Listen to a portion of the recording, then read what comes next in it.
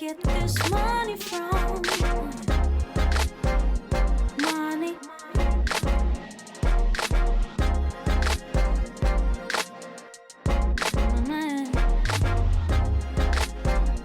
Money.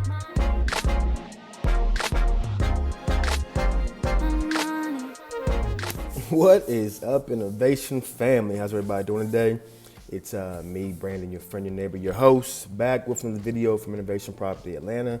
Just here talking about this Turo game, rental car game, side hustles, and ways we can make money together. But as always, guys, before we get into today's quick video, remember to like my video, you guys don't mind. Refer me out to anybody you know is interested in doing rental cars, Turo, and subscribe to my channel if you haven't already. Leave some comments in the comment section below, questions so we can banter, and we will go from there. Today's short video is talking about the difference between personal gap insurance versus commercial gap insurance. So I know you guys, a lot of my subscribers out there, people that watch my videos, you guys are all come from different parts of the world as far as the United States, and you guys are at different levels when it comes to your Turo hustle and your rental car fleet.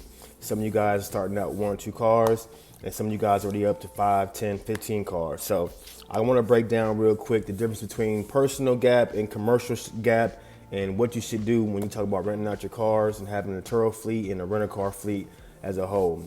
So a lot of times, because it is conflicting when it comes to Turo, so a lot of times you can have personal insurance on your vehicle when you drive the car when it's not being rented out in the Turo fleet, and then once you rent your car on Turo, the commercial insurance is going to kick in on the Turo side once the reservation starts and you're good to go. So I understand how the commercial versus the Turo stuff can get confusing.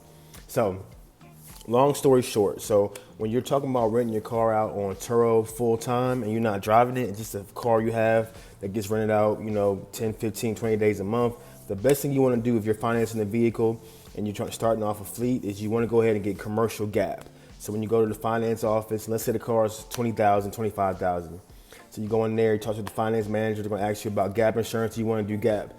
By default, 9 times out of 10, they're going to do personal gap insurance unless you directly tell them this is what you're doing. Like you're starting a rental car company or this is for your business, you want to do commercial gap because you don't want to get in a situation where your client wrecks your vehicle. Let's say the car you paid for is $25,000 out the door, and all of a sudden a couple months later gets into a car accident and there's a balance of, let's say, $23,000, but the car is worth $18,000. So you got to pay that $5,000 difference out of your pocket. So that's why it's so important to have gap insurance when it comes to your fleet and when you finance vehicles. If you pay cash for your cars and you're good to go, you have nothing to worry about if something was to happen, other than you'll get a check from the insurance company and that's it.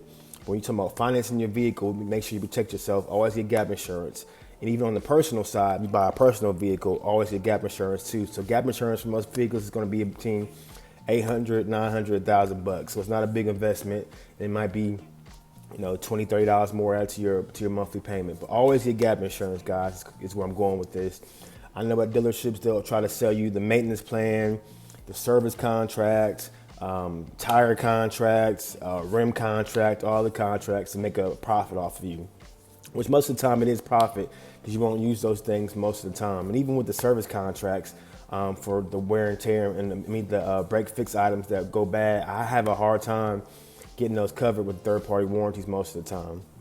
But gap is something I always get on all my vehicles, whether it's my personal vehicle or I'm doing it for Turo or the rental fleet. I always get commercial gap coverage for the vehicles, guys. So Google it, look it up, learn more about it. But if you're going to increase your fleet and go from 1, 2 cars or 5, 10 cars, get the commercial gap, and you won't be sorry when things do happen, because car accidents are going to happen, and you got to be careful. Also, read the verbiage in the contract. They do cover rental cars when it comes to commercial gap, also, because sometimes they may not cover it. Every gap carrier is different, but so far the 2 gap policies I had got my cars covered when I was they were in car accidents by the client, and I had to owe a little different. So those are both covered with my gap insurance on the commercial side. So that's today's quick video, guys. Hope you guys have a good rest of your day. Tap in for more information, and then we will go from there.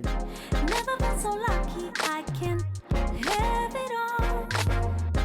Can I simply ask you where you get this money from?